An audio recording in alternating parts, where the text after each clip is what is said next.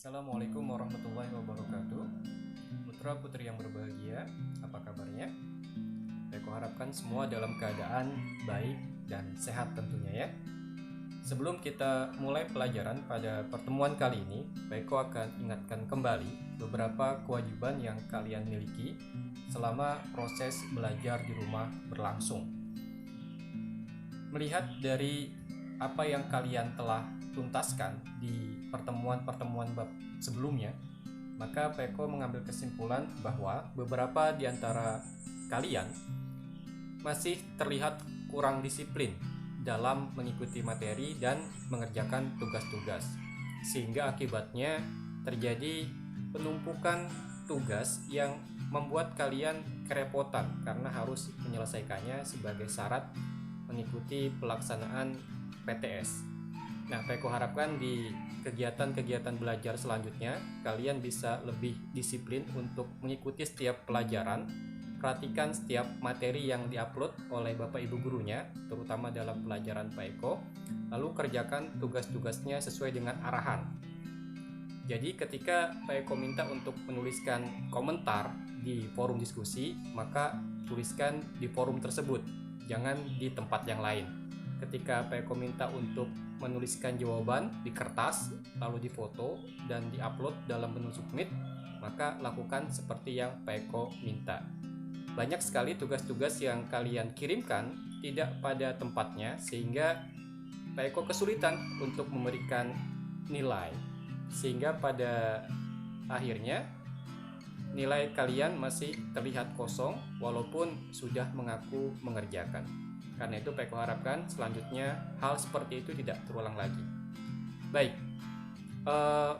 kemudian untuk proses belajar kita, Peko akan tampilkan penjelasan materi dari yang sudah Peko upload di pertemuan sebelumnya. Kalian simak baik-baik ya.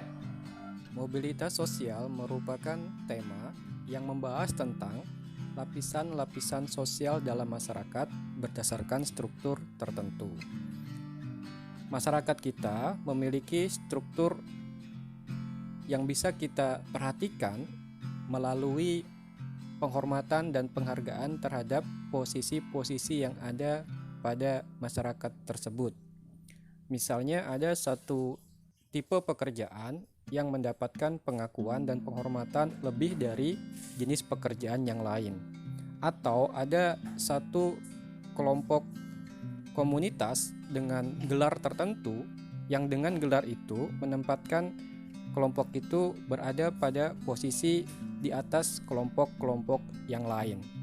Nah, struktur masyarakat semacam itu biasanya ada pada masyarakat yang terbuka, di mana satu anggota masyarakat bisa saja menempati satu posisi saat ini dan di kemudian hari posisinya bisa berubah, naik atau turun.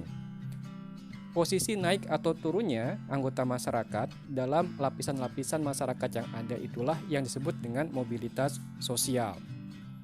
Sehingga tidak selamanya satu orang dalam masyarakat berada pada posisi itu terus-menerus. Ada kalanya dengan usahanya dia bisa naik menempati posisi yang lebih tinggi atau bahkan mungkin turun ke posisi yang lebih rendah. Sehingga bisa kita simpulkan bahwa mobilitas sosial adalah perpindahan posisi seseorang atau sekelompok orang dari lapisan yang satu ke lapisan yang lain, baik lebih tinggi maupun menjadi lebih rendah dari sebelumnya. Misalnya, seorang pensiunan pegawai rendahan salah satu departemen beralih pekerjaan menjadi seorang pengusaha dan berhasil dengan gemilang. Dalam hal ini, kita bisa menyimpulkan bahwa posisi masyarakat didasarkan pada penguasaan mereka terhadap sumber daya ekonomi. Semakin besar sumber daya ekonomi yang mereka kumpulkan, maka semakin tinggi posisinya di masyarakat. Namun, dalam hal lain, posisi tertentu dalam masyarakat itu didapat juga melalui jabatan yang dapat diraih oleh seseorang misalnya, atau gelar akademik yang bisa diraih oleh seseorang, dan lain sebagainya. Nah, perpindahan posisi dari satu lapisan ke lapisan lain itulah yang kemudian disebut sebagai mobilitas sosial. Ada beberapa bentuk mobilitas sosial. Yang pertama, mobilitas vertikal. Mobilitas vertikal adalah perpindahan seseorang atau kelompok dari satu kedudukan, posisi, ke posisi yang lain yang sifatnya tidak sederajat. Bisa vertikal ke atas, bisa vertikal ke bawah. Mobilitas vertikal ke atas adalah suatu keadaan di mana terjadi peningkatan status dari kedudukan seseorang yang awalnya berada di bawah lalu berpindah ke posisi yang lebih tinggi dari yang sekarang. Misalnya dari seorang yang bergelar sarjana, kemudian dengan usahanya dia mendapatkan gelar doktor, maka posisi sosialnya naik. Atau dalam contoh lain, seseorang yang awalnya bekerja sebagai seorang doktor misalnya di bidang medis, lalu kemudian melakukan kesalahan, malpraktek, dan dilarang untuk melakukan aktivitas kedokteran berikutnya. Kemudian dia turun menjadi orang biasa yang tidak bisa melakukan aktivitas medis, maka yang semacam itu disebut sebagai mobilitas vertikal ke bawah. Sehingga bisa kita simpulkan bahwa mobilitas vertikal adalah gerak naik atau turun seseorang berdasarkan posisinya dalam masyarakat. Hal ini sangat bergantung pada usaha yang dilakukan oleh orang tersebut, apakah dia akan berhasil mencapai posisi yang lebih tinggi atau bahkan membawanya ke posisi yang lebih rendah. Selain itu juga ada mobilitas horizontal.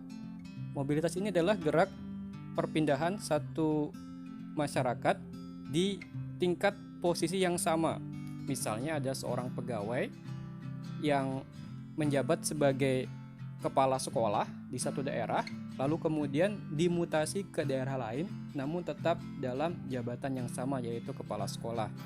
Hal ini membuat seorang anggota masyarakat berpindah lokasi dari satu daerah ke daerah lain, namun tetap dalam lapisan masyarakat yang sama. Jadi bentuk mobilitas sosial bisa kita simpulkan ada dua, yaitu mobilitas yang bergerak naik atau turun, kita sebut sebagai mobilitas vertikal, sementara ada juga yang disebut dengan mobilitas horizontal, di mana mereka bergerak dalam lapisan yang sama, hanya mungkin berpindah dari satu lokasi ke lokasi yang lain.